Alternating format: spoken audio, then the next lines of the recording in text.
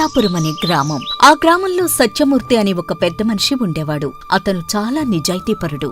అతను పేరుకు తగ్గట్టు అతని జీవితంలో ఎప్పుడూ అబద్ధమాడి ఎరుగడని ఆ ఊళ్ళో అందరూ చెప్పుకుంటూ ఉంటారు. ఇదిలా ఉండగా ఒకనాటి రాత్రి బాగా పొద్దుపోయిన తర్వాత రామన్న అనే ఒక కుంటివాడు సత్యమూర్తి ఇంటికి వచ్చి ఇలా అంటాడు. అయ్యా, నాకు ఈ ఊరిలో మీకంటే నమ్మదగిన వారంటూ ఎవ్వరూ లేరు. అందుచేత మీరు నాకు ఒక ఉపకారం చెయ్యాలి. మిమ్మల్ని నమ్ముకుని నేను వచ్చాను అని దీనంగా అంటాడు. అతని వాలకం చూసి సత్యమూర్తి ఇలా అంటాడు. ముందు నువ్వు ఎవరు చెప్పు, నీకేం కావాలో చెప్పు. నా వల్ల అయితే నేను తప్పకుండా చేస్తాను అంటాడు సత్యమూర్తి. దాంతో రామన్న తన గురించి ఇలా చెప్పడం మొదలు పెడతాడు. అయ్యా, నా పేరు రామన్న. నేను మీ పక్క ఊరిలోనే ఉండే ఆ కోదండం తమ్ముణ్ణి. మీకు తెలుసుగా, మా అన్న మా గ్రామంలోనే ధనవంతుల్లో ఒకడని. అవునయ్యా, నేను విన్నాను మీ అన్నయ్య కోదండం గురించి.